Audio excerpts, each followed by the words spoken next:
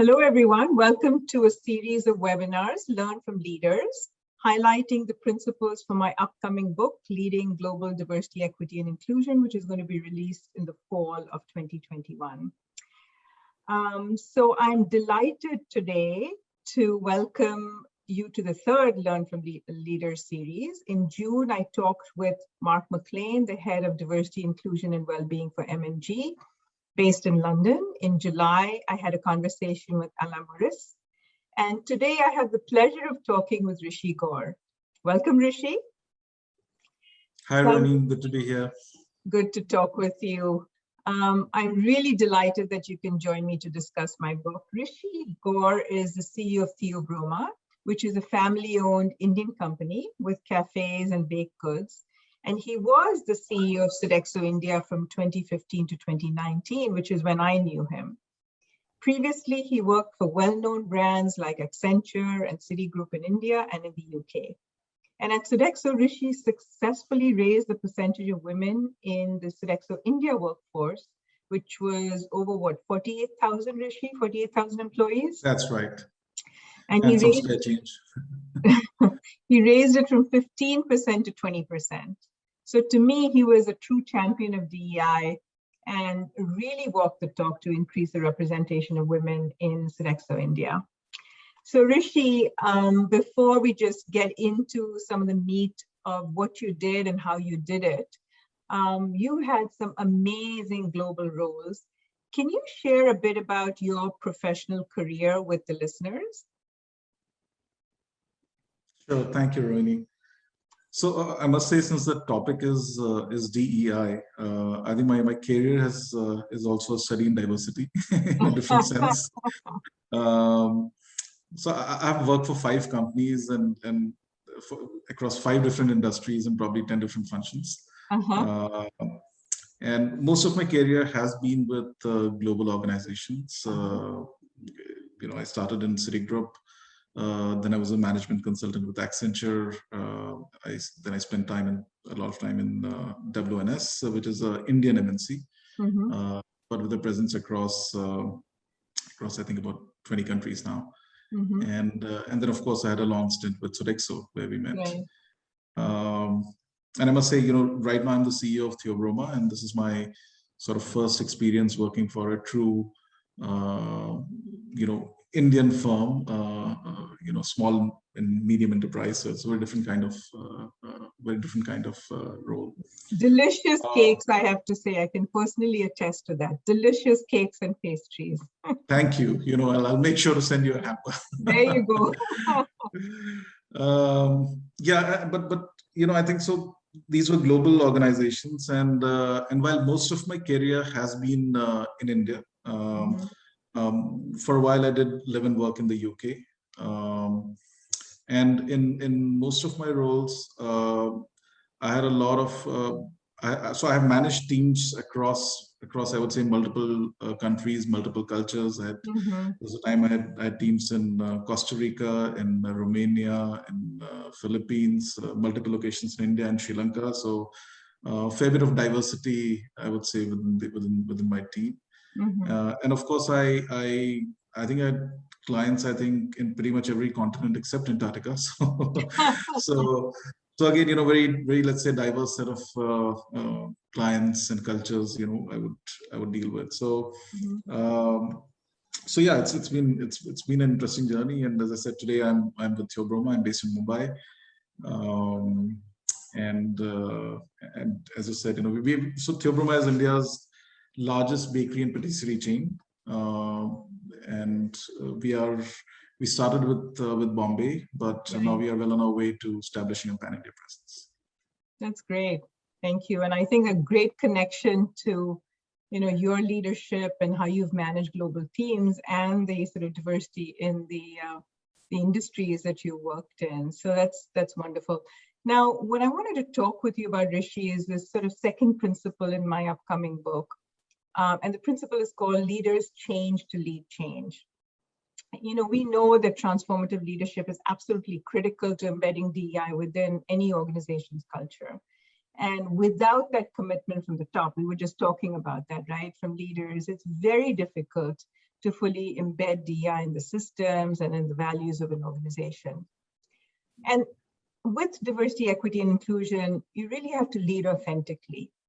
And in order to lead authentically, leaders really, need to internalize the benefit of DEI to themselves, to the organization. And for most leaders, this requires a disruption of their worldview, a change in their mindset. And some of that has to come with acknowledging your own unearned privilege, recognizing that there are certain advantages that you have purely due to a particular identity. Now, you shared a really powerful personal story with me that I included in the book about what caused you to shift your perspective. Can you share that with the audience, please? Sure. And so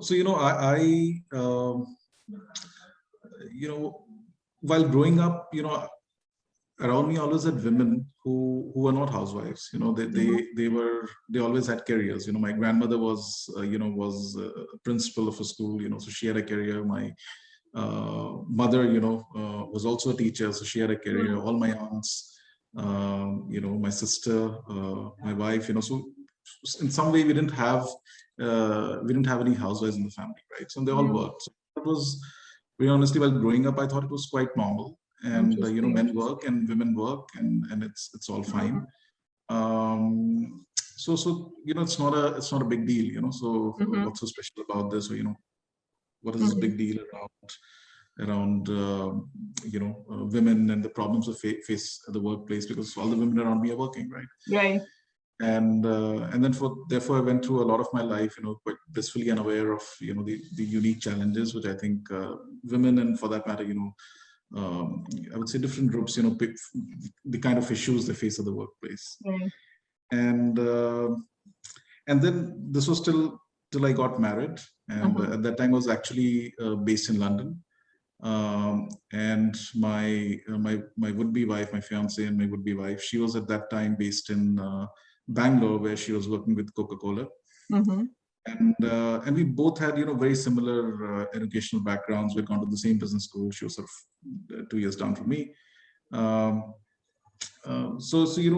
very similar background, very similar aspirations, I would say. And when we got married, I don't think it was even a discussion. I think it was sort of assumed that she would, I would stay in London, and she would quit her job and come to London, because obviously it was not possible to do her job relocating. So that sort of happened, and it didn't still register in some sense. And then I remember after a year, within my company, there's a great role which opened up. So I wanted to get back to India. The role happened to be in India, in Pune. So I said, okay, let's go to Pune.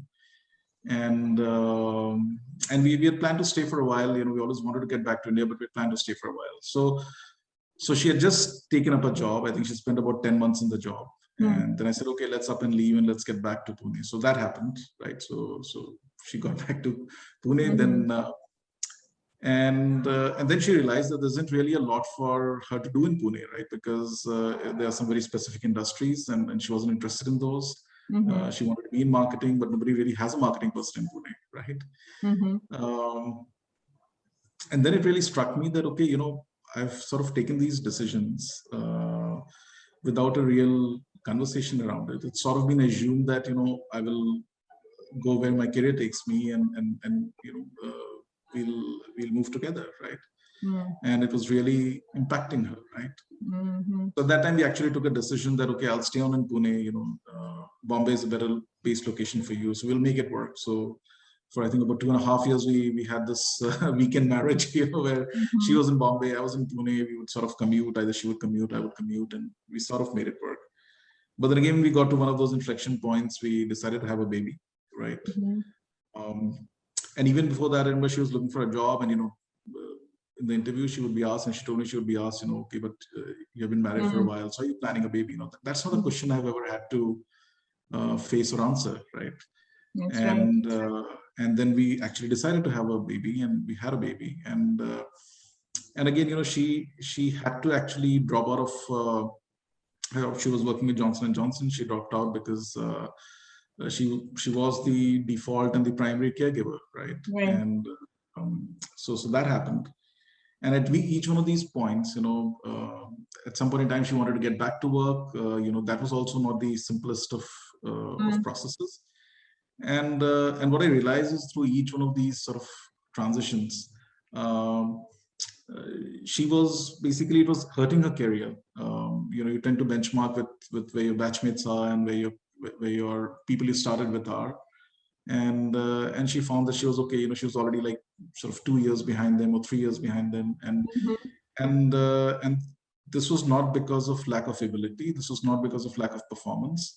It happened simply because, she's a woman and she made choices. I won't even say she made choices, let's say they were default choices, which got sort of thrust on her, which really created a huge disadvantage for her, right? So that is sort of when it really struck home that yes, I've had working women around me. I just didn't realize, very honestly, how tough it is for them, and how they probably have to work, twice as hard, run twice as fast to get to the same place that that men in similar circumstances would, right? And it just didn't seem fair, very honestly, right? So that was sort of the start of my resolve that, if I'm in a position to do something about it, I must, because it's just not a fair system, and it's just not a fair environment, right? So I think it's really interesting, the couple of things that you said. I think one is just, sort of your recognition. So although you were accustomed to women working, that was something which was, very familiar to you. But through this process, you began to recognize, yeah, women and men do work, but there are some, sort of advantages that I have as a man. And, you mentioned some of them, the fact that your career would lead, the fact that you're never asked, are you about to have a child? These are not things that men are asked. And I think the sort of, obviously the conversations that she had with you and the impact you saw that it had on her and her career made you reflect on some of the privileges that you have as a man, which I think is powerful, the fact that you did that introspection. And then the second piece is, the impact that it had on, moving forward in terms of what you did in your workplace, right? In terms of knowing that women have to run twice as fast, as you said, as men to catch up, which I think is, and then I think the third piece that I picked up on what you said is sort of this sense of fairness, right? That, deep down inside you had this, this just not fair. That's what you just said, right? Which I think also kind of drove your realization. So interesting. But, what's interesting to me is, Rishi, when you and I have talked, and when I did the interview for the book, we talked about this and really unpacked it quite a bit. But I've also seen you in public forums in India where you've talked about the data, the Sodexo business case, the gender balance study, the fact that this is, and you've talked to your teams, you've talked to client audiences, that this is a differentiator and it can help us win and retain clients. You really, talk about, and so in my mind, I actually thought that these were the things that had influenced you, till you started to talk to me and you said, no, it was not the business case. It was, this sort of very personal kind of story, this personal experience that really gave me the realization. And then you mentioned the other one was, your involvement with Sew Together, which is the gender advisory board at Sodexo, and that experience and what that did for you. So can you share a little bit about that experience and the learnings from that and how it sort of crystallized your commitment to DEI? It was very powerful when I heard it. It was, that was sort of the second thing that you mentioned had an influence. So. Absolutely, and I think you're right. That was probably another sort of transformative experience for me at a very personal level. To me, actually, I still remember the first advisory board meeting I attended, and and I think there were about 20, 23 odd people, I think, who were part of that Right. panel from across the globe. And it started off, I think, with it largely being a group of women, and I Right. was probably the second. Correct. I Right. think second guy was sort of on that panel, second or third. Right. And so I remember the day one when I walked into the room, and we had these, we had 20 powerful business leaders, all women, right? And I walked in, and I must admit, for the first time in my life, I walked into a meeting and felt slightly intimidated and felt slightly uncomfortable. I was just not used to walking into, especially in a business context, right? I was just not used to walking into a room which had only women, right? In most meetings I would walk into, it would be the inverse, right? You would have 10 men and then maybe one or two women, right? Was part of the group. So I felt intimidated. I felt uncomfortable, and I said, "Oh, is this what it feels like, to be a woman and, and actually walk into a room full of men?" Right? But then I think, it's very honestly, being part of that panel, I don't know how much, very honestly, I don't know how much advice I was able to dispense, or if any of it made sense. But I think I really took away a lot from it, in many ways.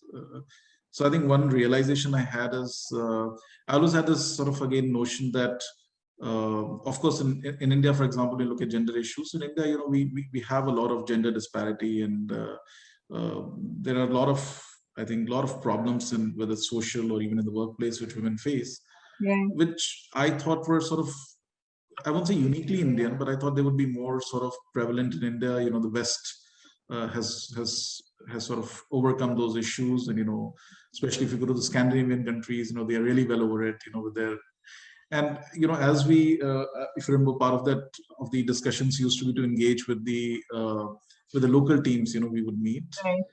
And one of the things I realized is that many of the problems which I thought were uniquely Indian are actually global, right? Even in women in Germany, face a lot of a lot of constraints, right? Which seem to be, so there are policies and laws which seem to be gender neutral, but the reality is they penalize women more than they penalize men, right? And puts them at a severe disadvantage. So that was frankly quite eye-opening, and I also realized then. But then there is also a cultural context. So as much as the problems are global, I think each country is sort of trying to deal with it in their own way. That's right. So somewhere there's also a case to, of course, learn from people, but also try to find solutions which are local, which make sense in that cultural context, right? Like we did in India when we were working on the topic, and I must say, but and there was a lot of learning. I would say more technical learning, or just building my awareness of DEI and the unique challenges, and how you work through those, and sharing ideas and all of that. But I think if I was to pick out one thing I took away from my participation in this panel, it was the fact that I think pretty much every year we'll spend like 2 days where I was not looking at my P&L. I was not worrying about my sales. But the only topic on the table was diversity and inclusion and gender balance. And I remember every time I would return from those sessions, it would be with a renewed sort of commitment, saying, yes, it is a really important topic. And it is something which we need to continue working on in India. And at least in my sphere of influence, I need to do more, and I need to try my hardest to make sure that we are able to address it in some way, and at least progress, on the gender goals that we had set out, right? So I think it was very helpful in terms of staying focused, in terms of staying committed, and making sure that we were sort of walking the path. Yeah, No, I think the experience that you described of being the only one of, a handful of men walking into that room, I think, as you said, this is exactly what women experience all the time. I mean, I even remember the chair of the board, Sophie Bellon, saying when she first walked into the business in France and, being the only woman, the sense of anxiety that generates, I think is, so it's a good experience to have to kind of know what the other side goes through all the time in a business setting, as you said.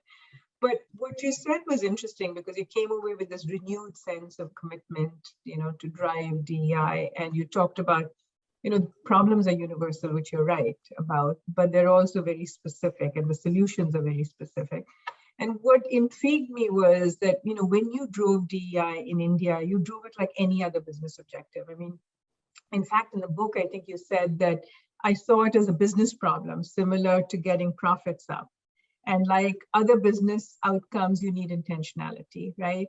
So talk to us and just share with us a little bit about your approach and what you did to drive it, sort of with such intentionality within the local Indian context. Sure. So, first of all, a starting point was quite low, very honestly, right? So you mentioned 15%, but very honestly, we had done an acquisition in India. So it had actually gone, and there was a company which had, I think, about 95% men. So it had gone down to about 12%, right? So, so our base was reset to actually 12. Right. And when you have so few women in the team, and particularly in the leadership positions, it's very difficult to even imagine what inclusion would look like because there aren't enough, there isn't enough gender diversity to make that possible, right?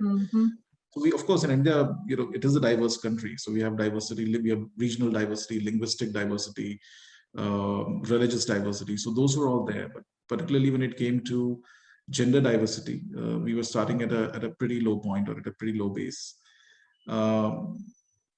So very honestly, my first focus was that we have got to get the numbers right. If you don't have enough, then inclusion is not very meaningful, right? Absolutely, yeah.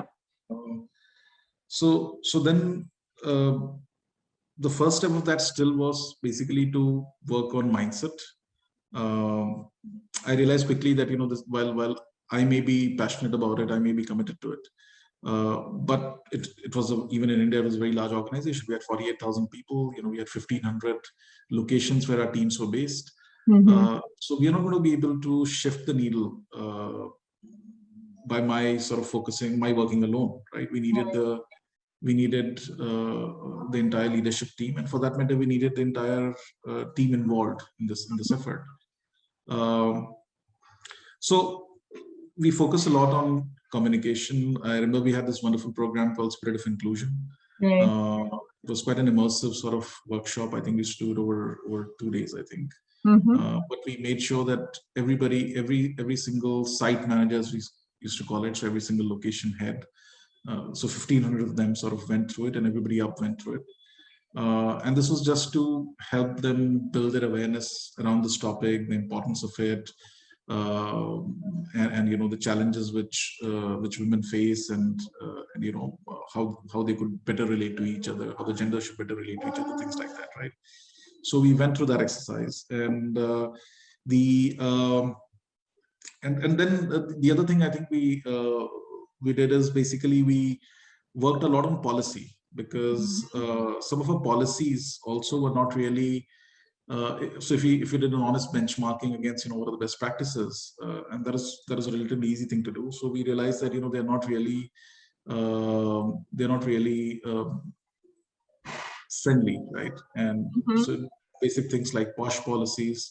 But then we also realized that the ability to flexi work is a really important consideration for women, as it indeed for men these days. But and it seems the pandemic times we're taking it for granted, but that was not the case frankly 5-6 years back in India, right, where people were expected to be in office and spend a certain number of hours, etc., right? So we worked on a I would say, a really flexible flexi work policy, so that it gave women the ability to sort of tailor their work hours while managing their other commitments, right? And again, part of what drove this is we realized that there are certain inflection points, and if we support women through those points, like when they have a kid, when there's sort of, let's say, a illness in the family and things like that, right? Then they tend to stay with the organization, and then they tend to grow with the organization, right? So at those critical points, just a little bit of flexibility really helps, and it helps them, it helps the organization, because we are able to retain our best, right? So, and then we worked, of course, a lot on communication, right? And I personally spent a lot of time in town halls and in various forums, where we would talk about the importance of this topic, talk about the business case and how there's a strong correlation between business performance and and having gender balanced teams, right? And as you said, that may not have been my primary motivation, but I do realize that for different people think differently, and many people do need the comfort of having a linkage to their between the business outcomes and the efforts that they're putting in, and we were asking them to put in a substantial amount of effort, so it was only fair that we somewhere connected to the real tangible business outcomes they could achieve, right? So we did that. And so once we had sort of once we made some progress on the mindset, and once we worked on the whole policy infrastructure, the communication, then I think I would say we moved to a more programmatic approach, where I think we set very clear targets, right? So we do not have quotas, but we had improvement targets, right? And we used to measure. What was interesting in that, Rishi, and I hope you'll talk about that, is how you drove that, because that was very interesting. You had the targets, but the way you drove it, and what you told me is when people missed, they just said, we'll do better. So if you can just share a little bit about the target setting and how you drove it. Absolutely, right. So we used to have these, every site or every location used to have a sort of a performance dashboard, right? Right. And we used to have about 10 parameters on it. It was a balanced scorecard. So, you had people, process, customer, financials. But one of the things we did is, one of the things we included there is, what is the gender ratio at your site? Right? And so it was measured down to the site level, and each site manager, and then as you aggregated across regional managers and division heads, business heads, and so on and so forth, they were accountable for these numbers, right? So when we would do reviews, we would review the dashboard, and we would ask them, why they had missed a certain profit target, or why they had missed their revenue, or why their customer satisfaction score was low, and by the way, why were they so low on their gender target, right, or gender balance, right? And of course, by the way, no great surprise, we would find a correlation between teams which had I would say a more balanced team, and which were performing well. So typically we would find, why do you think that's the case? Why do you think that is the case? Because again, if you go and look at the nature of that business, right? So we were ultimately in the business of serving very diverse consumers. As I said, India is a diverse country, and we had a pan-India presence. And we are serving very diverse consumers. And in order to serve them well, we needed to visualize, what mattered to them and how best we could meet them, right? And to that extent, it helped if the diversity in our consumer base was also mirrored internally within our teams, right? Because then our teams would be able to better understand, anticipate the requirements. They were better able to figure out what is the best way to meet them, right? And then, of course, the other thing was that in India, like I guess pretty much everywhere else, but maybe more so in India, finding the right talent is not easy, right? And it was a very people-intensive business, right? And if we focused on recruiting all our talent from 50% of the population, which is the men, that's right. then we are losing out a whole big talent pool, Right. which we're missing out on. And I would say then another reason was that ultimately it is the service, it is in the service sector. Sodexo was in the service sector, and I hope I don't get in trouble for this, but women do bring a certain empathy to many of the front of house roles, right? And they do tend to do better, even if we made a mistake in the service, if we had a problem, we would find that the end customer would deal a lot more politely and a lot more understanding if we had a woman in the front end, right? You could troubleshoot a little bit and resolve. Absolutely, right. So there's a natural sort of empathy, and because they handle it well, right? And so there's a natural empathy they sort of brought to the front of house roles, which also helped our business, right? And I can go on and on. We would find, by the way, yeah. So you did find the correlation there. Absolutely. But talk a little bit more about the targets and how you drove those, because that was absolutely. So we set these targets, and then we would basically review them. And then at some point in time, we also decided to make a linkage between the targets and the incentives or the bonuses. Right. Yeah. Right? So just like we had a certain percentage allocated for revenue or profit or those financial goals. I remember we had, right down to the manager level, we had 10% of their annual incentives basically linked to achieving their gender balance target, right? Basically. And again, I won't say that was the reason why people were doing it, because we found that a lot of people were genuinely committed to the cause as well. But I would say that more than anything else, it drove the seriousness of this whole agenda in the wider team, right? That's right.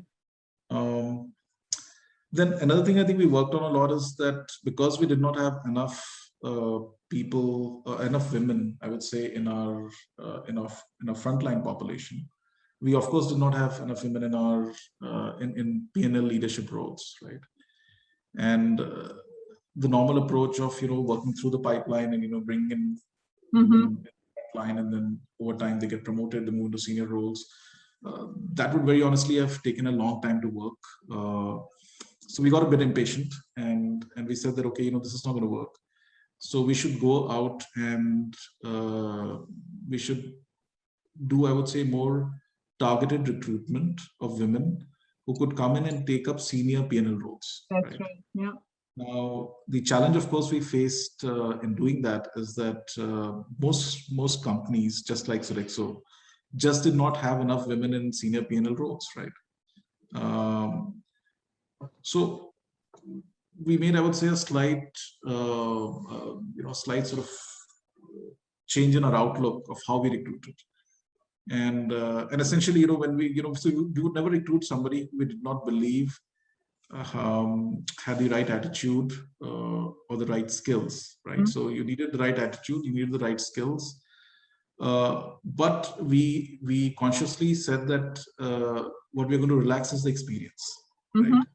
And when I say experience, as one does for men very often. Very often that's the case. Very often, right? But I would say we would set even so when we're, let's say, recruiting for a position, and for men we might have insisted on having the of course the right attitude, the right skills, the right values, but also you have worked X number of years in the food industry or in the FM industry, right?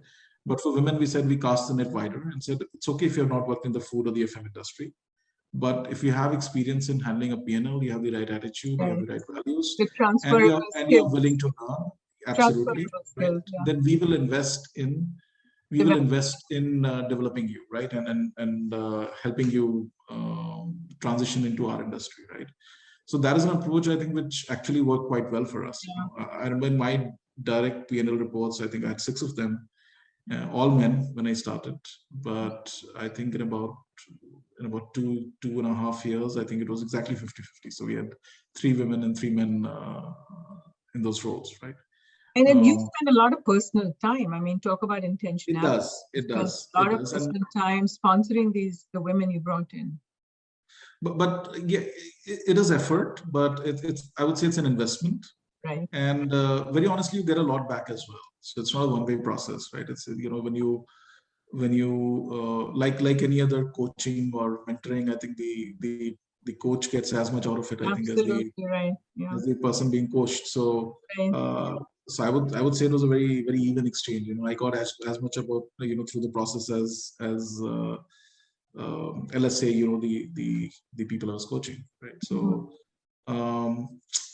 but I think overall, you know, I would say the key thing was to have have intentionality, because it's you know, it just doesn't happen. You have to focus on it, and you have to make it happen. And also, I would say, and to the point you made as well, you know, treat it like a business agenda. You know, you need to improve profits, you need to increase sales, you need to improve your working capital, and you need to improve gender diversity, right? Because it's a key enabler, and it's a key driver for all of these other things, right? Perfect. So that was our sort of outlook.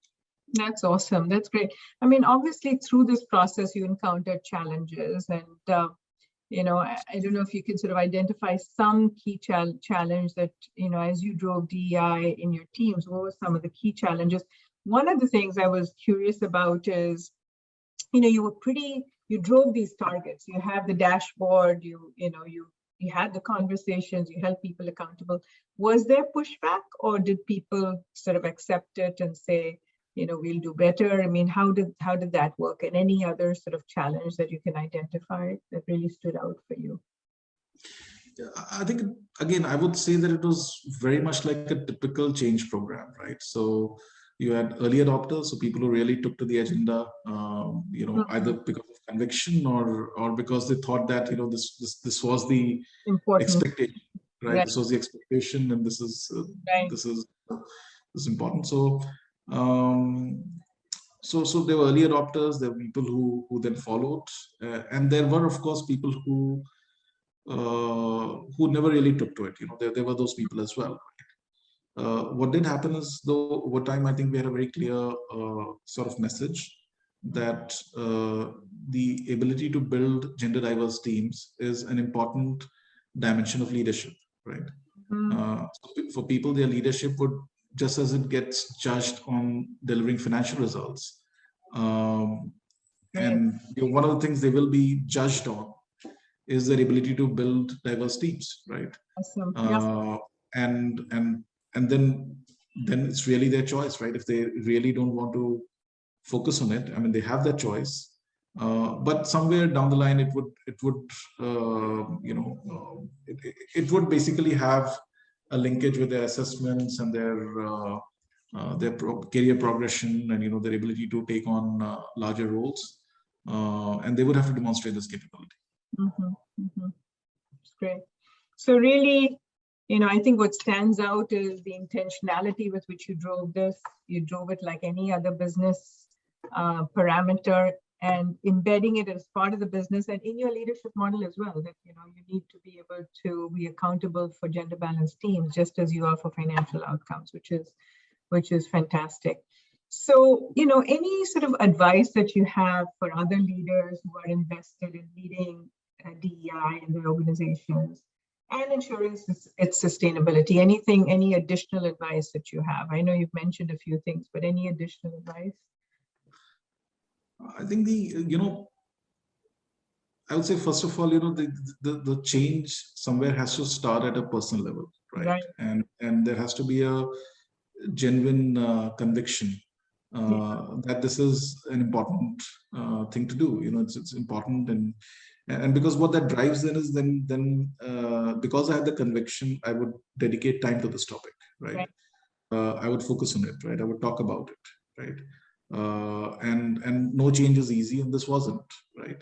But when you have the conviction, then you go that extra mile to sort of you know, to basically convince other people and to carry it through, right? The other one I think we spoke about, that, you know, to me at least, you know, what worked, and I'm not saying that's the only way, but for me what really worked was to treat it like any other business agenda, and drive it like a program. You know, so there's strong communication, there is robust governance, there is a clear plan, there is reward and recognition, and then there is accountability for results, right? And the other thing I would say is that it's not a linear process, right? So there were times in between when you're progressing, and then suddenly, one quarter, you'd find that, we have actually stagnated or sometimes slipped back, and you would wonder what happened. And invariably, it was because somebody had not focused on it. Right. So that was always the answer.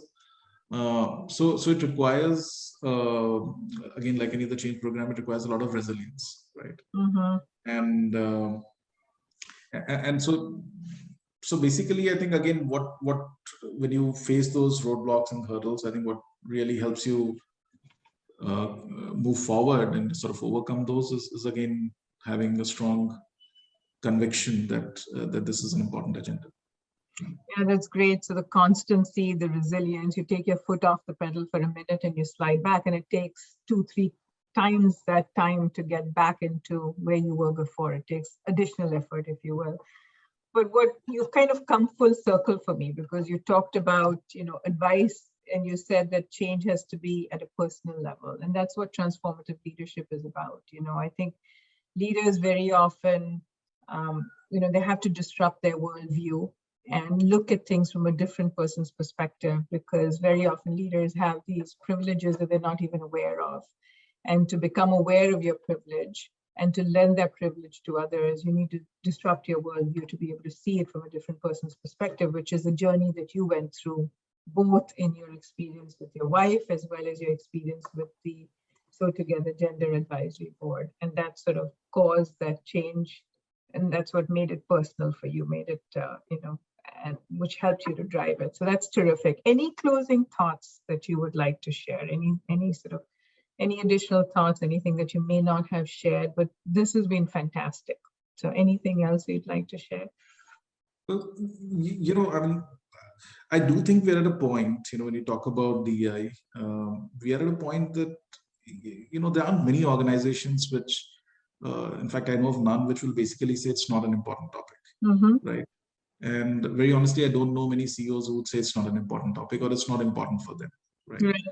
So in that sense, generally, what I see around me is universal acknowledgement that yes, it's important for the organization, and I'm sort of personally committed to it, right? At the same time, a lot of people, will also say that, but we're not making progress, right? So there is a gap, right, between the good intent, and the action, and the promise of those positive outcomes, but what you actually achieve on the ground, right, in terms of tangible results, real numbers, all of that, right? So what is this gap, right? In my mind, the gap happens because of lack of sustained focus, right? And today,